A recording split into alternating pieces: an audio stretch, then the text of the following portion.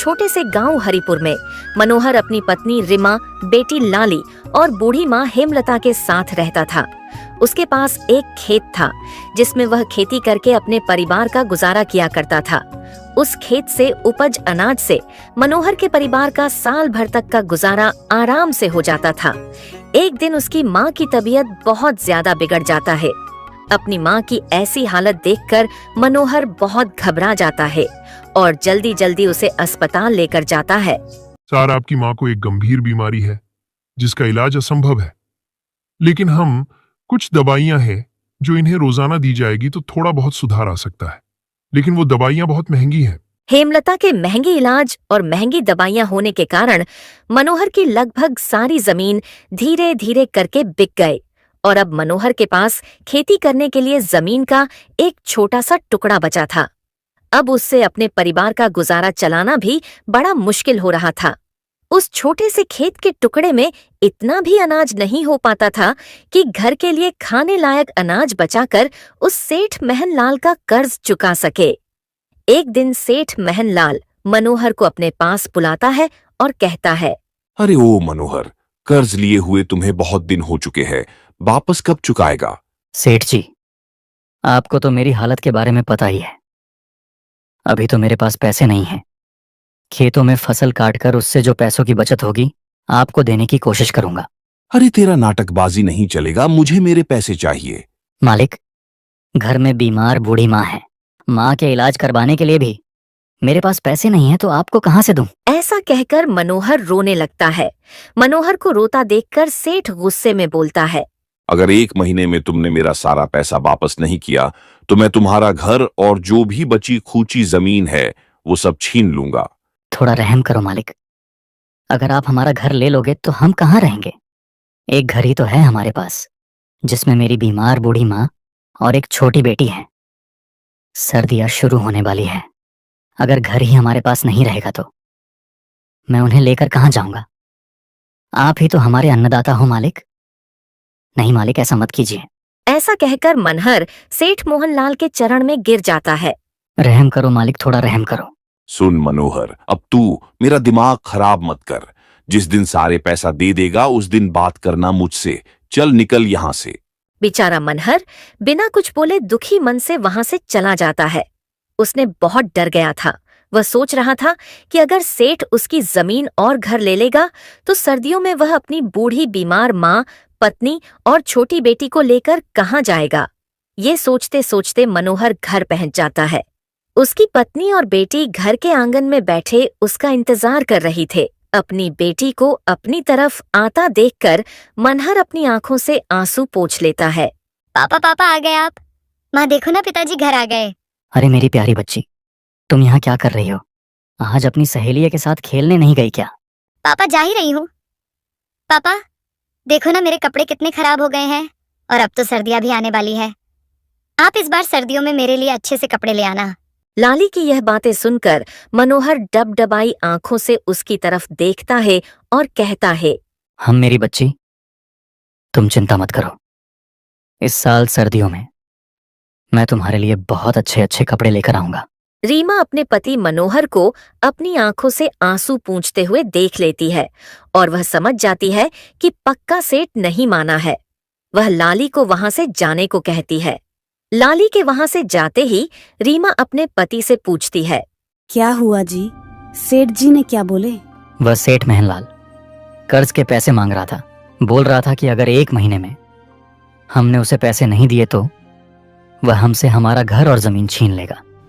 गीता देखो, सर्दियां भी आने ही वाली है। अगर सेठ हमसे हमारा घर और जमीन छीन लेगा तो हम सब सर्दियों में कहाँ जाएंगे? ऐसा कहते कहते मनोहर की आंखों में आंसू आ जाते हैं। अपने पति की आंखों में आंसू देखकर रीमा मनोहर से कहती है, हाँ जी, आप चिंता मत करो, सब ठीक हो जाएगा। आज तक हमने किसी का बुरा नहीं चाहा, तो भगवान हम पर इतना निर्दयी कैसे हो सकते हैं? देखना, कोई ना कोई तो हल निकल ही आएगा। मनोहर और उसकी पत्नी की सारे बातें उसकी बीमार माँ सुन लेती है और वह मनोहर को अंदर बुलाती है। अपनी माँ हेमलता की आवाज सुनकर मनोहर उसके पास जाता है। क्या हुआ माँ? यहाँ आ बैठा, मेरे पास बैठ। मनोहर अपनी माँ हेमलता के पास बैठ जाता है। तू मेरी चिंता मत कर बेटा, अब तो मैं बहुत बूढ़ी हो चुकी हूँ। मेरा तो समय आ गया है। पता नहीं कब भगवान का बुलावा आ जाए और मुझे जाना पड़ जाए। अरे माँ, ऐसी बातें क्यों बोल रही हो? बेटा, मैंने तेरी और बहू की सारी बातें सुन ली थी। मैं तो बस इतना चाहती हूँ कि तू अब मेरी दवाइयों पर जो खर्च करता है ना बेटा, अब वह मत कर। तू अपना कर्ज उतार और अपना ये घर और जमीन बचा। अगर यह सब भी तुम्हारे हाथ से चला जाएगा तो आगे क्या होगा तुम लोगों का? अभी मेरे पास 1 महीने का समय है ना, तू देखना, मैं सब ठीक कर दूंगा। चल माँ, अब तू ज्यादा बात मत कर, सो जा, वरना तुम्हारी तबीयत खराब हो जाएगी। किसी चीज की जरूरत हो तो बुला लेना मुझे। सुनो भाग्यवान, अभी फसल तैयार होने में कुछ समय बाकी है और सर्दियां भी आने ही वाली है, तो क्यों ना इतने दिनों मैं कुछ काम धंधा कर लूं, जिससे कि सेठ का कुछ कर्ज भी चुक जाएगा और सर्दियों के लिए कंबल वगैरह भी आ जाएगा। ठीक है जी, मैं भी यही बोलने वाली थी आपको कि कुछ काम धंधा कीजिए।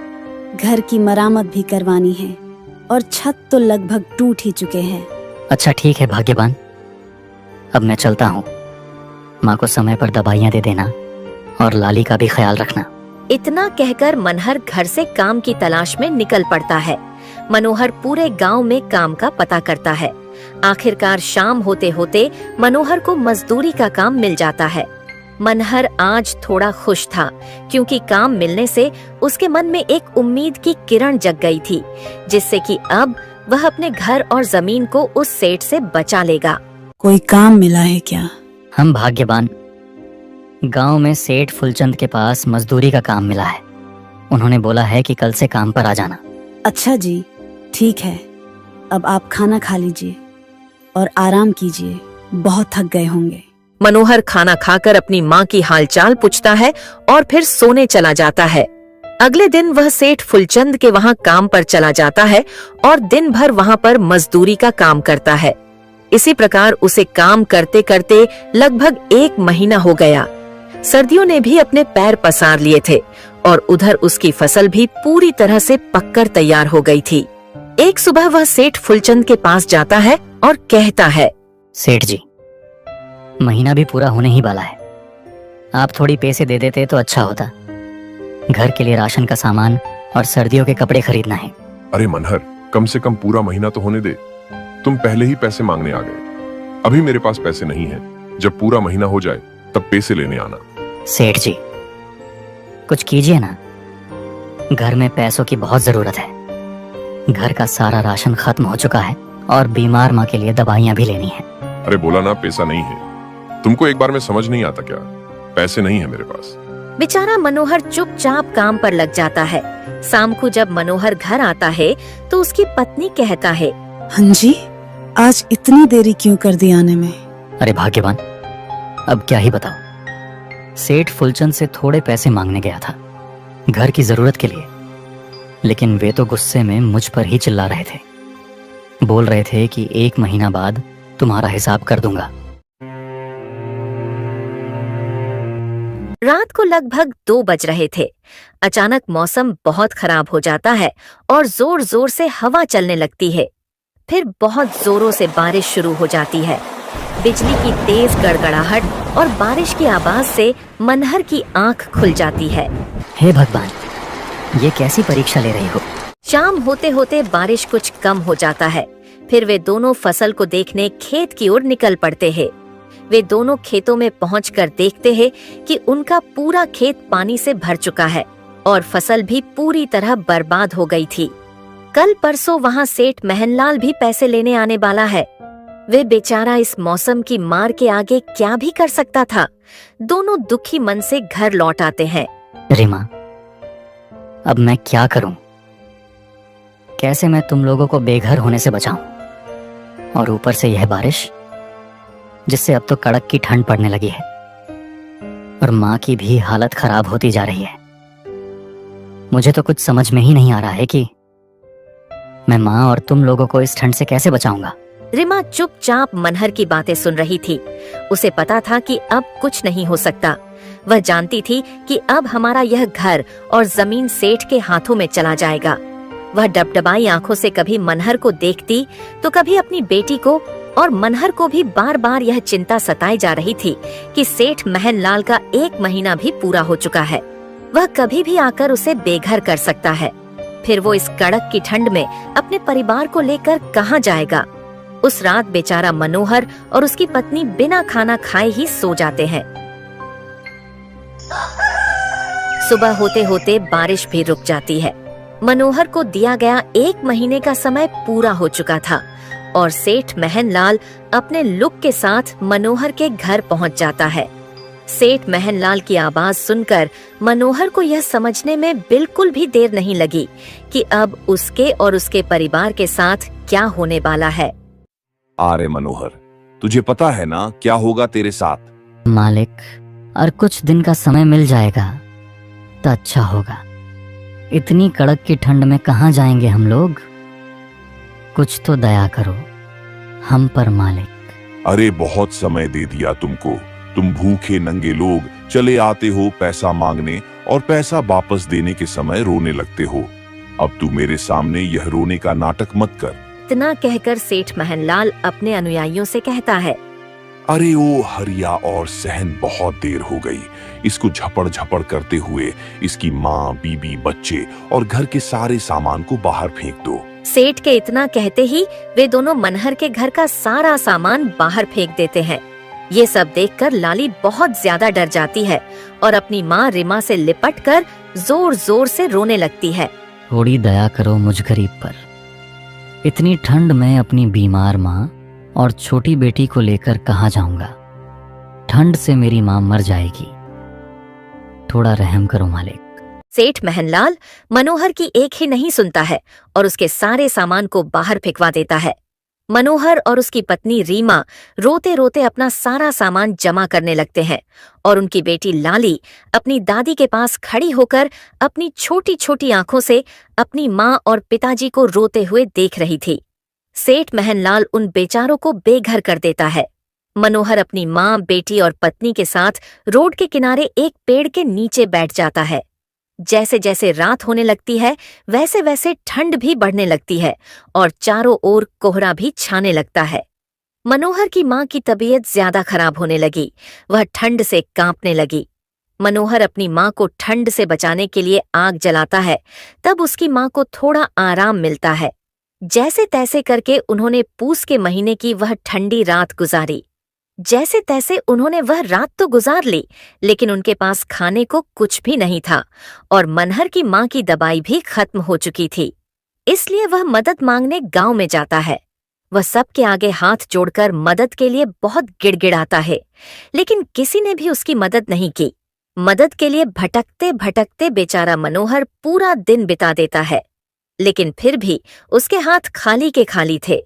रात भी होने ही वाली थी तो वह अपने परिवार के पास वापस आ जाता है। अब माँ की तबीयत कैसी है रिमा? और पता है, आज मैंने पूरे गांव में बहुत लोगों से मदद मांगी। उनके सामने बहुत गिड़गिड़ाया, लेकिन किसी ने मेरी कोई मदद नहीं की। वे दोनों आपस में बातें कर ही रहे थे कि तभी हेमलता ने अपनी आंखें हमेशा के लिए मूंद ली। वह बेचारी इस बेरहम ठंड के ठपेड़ों को नहीं सह पाई। मनोहर पर तो मानो दुखों का पहाड़ टूट पड़ा हो। उसकी आंखों के सामने उसकी माँ ने दम तोड़ दिया और वह कुछ भी नहीं कर सका। मनोहर की बेटी लाली भी ठंड से बीमार रहने लगी थी। अपनी माँ को मनहर ने खो दिया था, पर वह अब अपनी बेटी को नहीं खोना चाहता था। उसने अपने मन में यह फैसला लिया कि वह अब अपनी बेटी को और तकलीफ नहीं होने देगा। मनोहर लोगों के खेतों में मेहनत मजदूरी करने लगा और उसकी पत्नी रिमा भी लोगों के घरों में खाना बनाने और मेहनत मजदूरी का काम करने लगी। एक दिन मनोहर सेठ महनलाल के पास गया और उसे पूरी घटना के बारे में बताया, जिसे सुनकर सेठ को बहुत दुख हुआ। अब उसे अपनी गलती का एहसास हो चुका था। सेठ महनलाल मनोहर को कुछ पैसे देता है, जिसे मनोहर ने गांव के बाहर ही अपने परिवार के लिए एक छोटी सी झपड़ी बनाया। ठंड से बचने के लिए अब मनोहर के पास एक छोटा सा झोंपड़ी थी और उसकी बेटी लाली भी अब धीरे धीरे ठीक होने लगी थी। पर मनहर को अभी भी इस बात का बहुत अफसोस था कि अपनी गरीबी और ठंड की वजह से उसने अपनी माँ को खो दिया था।